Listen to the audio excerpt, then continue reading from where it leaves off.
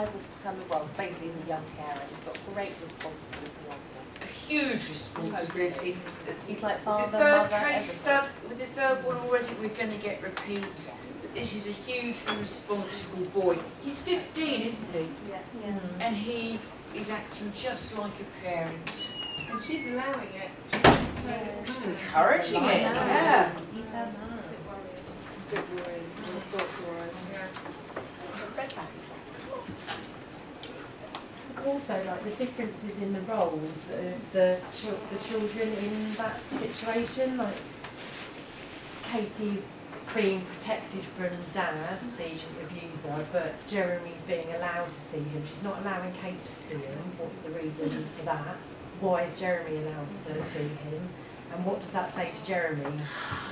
I don't care about you enough to protect you from that. And what we were saying as well about the concern that when the baby's born, so at the moment Katie's the one that's being protected and, well, we think she's being protected. Yeah. That's what we're for. Question mark over that. But when the baby, when the next child arrives, How will the is dynamic? Katie going to be the next one? It's not just drops, or, you know, that drops off of that.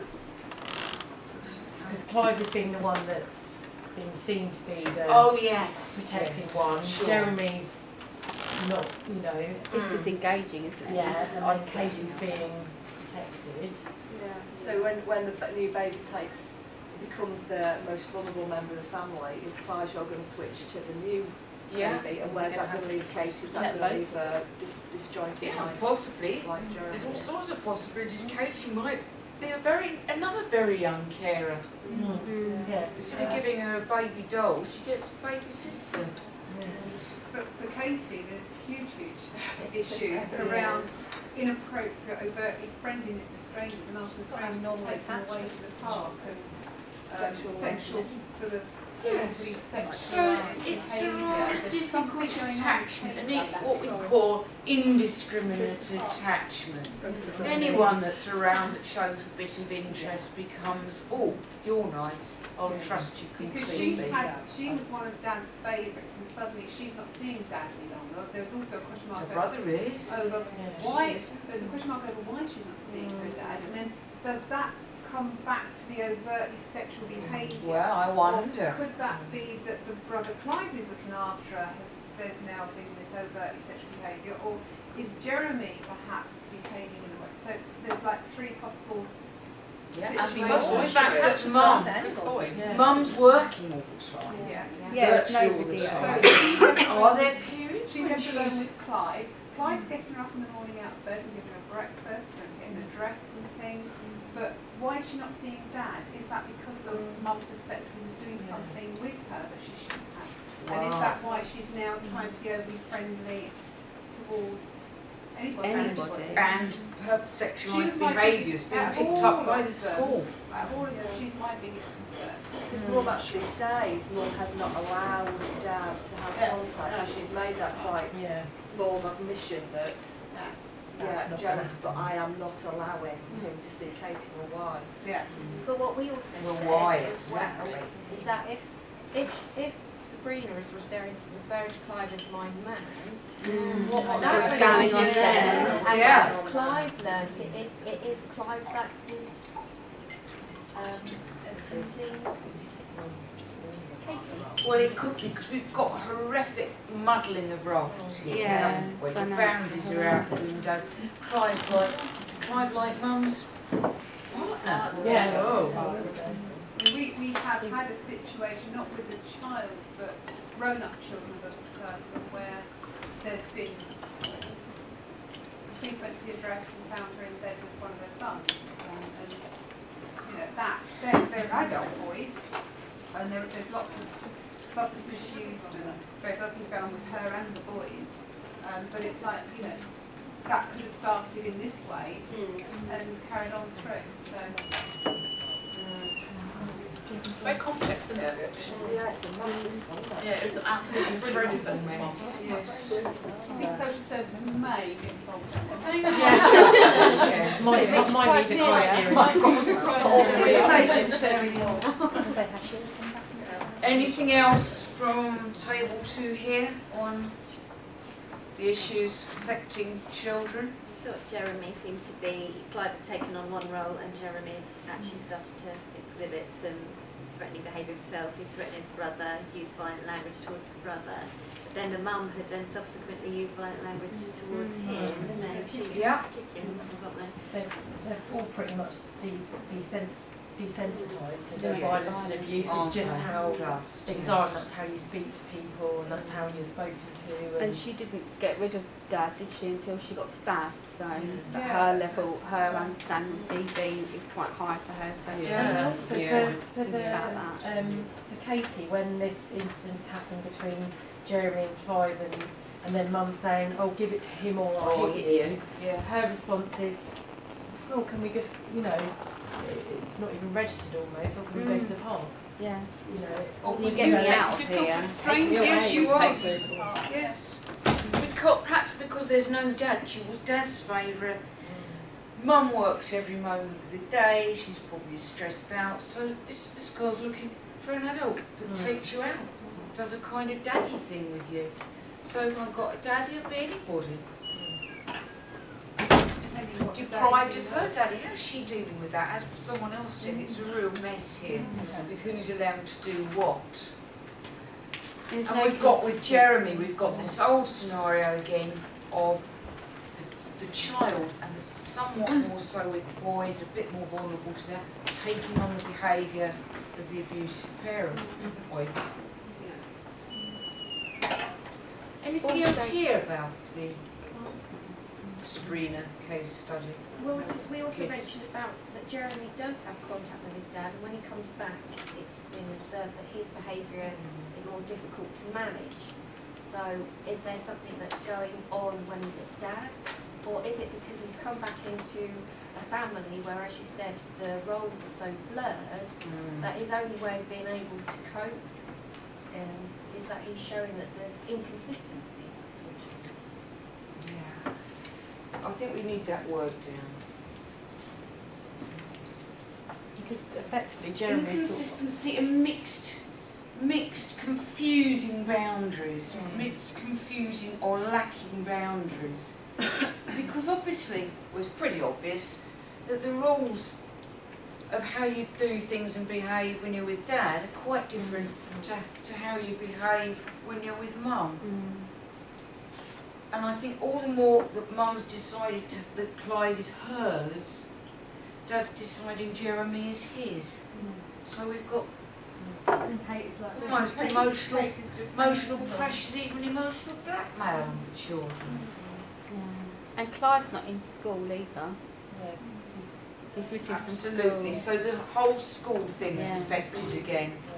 So every child matters outcomes of achieving economic well-being and enjoying and achieving the ability to develop is seriously curtailed with Clive, neglected in that way because he's not even going to school. And he's not able to go become a out. full-time carer. He's not able to go out in the evenings, is he? So he's probably not got any network Friends? support. No.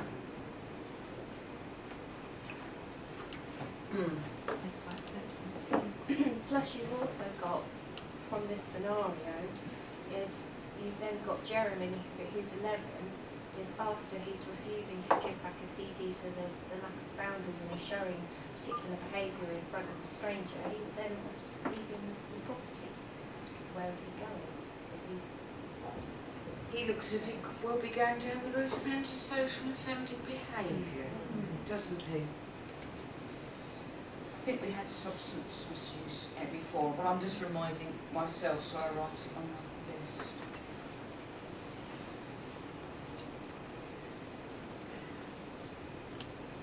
I mean, the offending behaviour is linked in part to the complete mess of boundaries that can occur in families where there are domestic abuse. You've often got parents holding different values anyway. Are there any other effects generally on children that we haven't considered? I think we had the whole finance one, because where abuse often leads to control of finances, doesn't it? Like in the Eddie one, where yeah, he doesn't want to ask for the money because there are issues over money.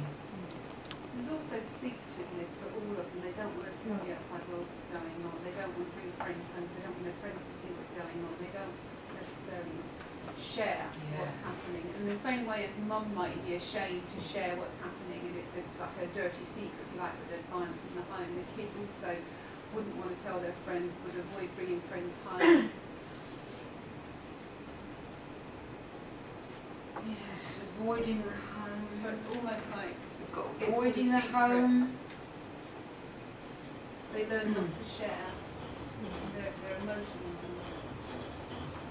I think the sense of shame of being different Yeah. is really key, isn't it, to development, because I think you don't feel that you are almost part of mainstream, which is incredibly detrimental.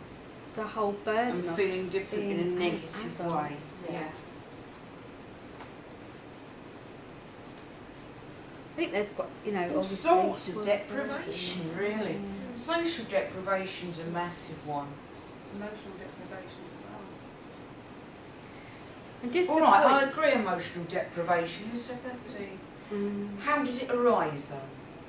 Because the only attention they get is negative attention, and they're not getting their emotional needs met. Not getting Yeah. their esteem or their confidence built, or their. Quite the opposite. How the hell do you build good esteem No. in any of these situations we've looked at? I mean, Clive might get it from mum saying, "Oh, you are wonderful. What would I do without you? You're my man." Which will create a situation where you Which is a playing out burden. that role. Yeah. Yes, In order to absolutely. get that praise, they keep on doing it. But then there's also a sense of, with not talking about it and keeping it in the family, it's, as we say, it's normality to them. Mm. They then go and have their children, and it's And it normality for them. continues, yeah. Sorry? It continues, it's like a Yeah, cycle, It is isn't absolutely it? a cycle, isn't it? And it's about how we break that cycle. With early intervention. Yeah, early intervention. Lovely 2 words. My favourite 2 words, actually. I have swallowed the book. And looking for these positives too, which we're going to move on to. But with Anna, that young girl, she's got some insight. She can see now, actually, my dad's a bit of a head case. That's the trouble. She's been in front of people's homes. Yes. Yeah, she She's knows, seen the she knows that difference. it's not Yes. necessarily Yeah. The norm. There's so many things, but really just so many. I think we've covered it, but you can see in all of this, just in the 2 dialogues and the case study, you've got every kind of child protection issue. You've got physical abuse, emotional abuse, neglect, probably sexual abuse with Katie, because kids don't display sexualised behaviour at 6 if there's not something pretty untoward going on. And these Maybe- aren't things that we haven't heard before either. We've heard, you know, doing our work, these are everything that we've heard. These are the All these really situations. common themes. So prevalent. And I think for also, on lads. the flip side of that, we've got to, looking at sort of like effective education, things like that. But there are some children, small pocket children, that will actually overachieve in school. Yes, Yeah. absolutely. And they will do fantastically in school because they're trying to please. And those are the children actually that never really get picked up on. They're very compliant Because because they're they're good. used to being compliant. They have to be compliant. And they have to walk on eggshells like the victims of abuse have to do. And they can exceed and excel in schoolwork. And actually probably need a bit more concern there because actually there's no education welfare to pick them up. There's no teachers to say your behaviour and your education's gone down. What's happened? No one can say it's a real problem, you're achieving so much. Absolutely Exactly. not. And they're the problems of children that are actually not picked up by anybody. It's emotional, you can see what that is. If you absolutely throw yourself into your schoolwork and do very well at that and get some acclaim, but for it, it compensates the lack of self-esteem. But the key thing is it's absorbing all your emotional, psychological energy because you're putting it into your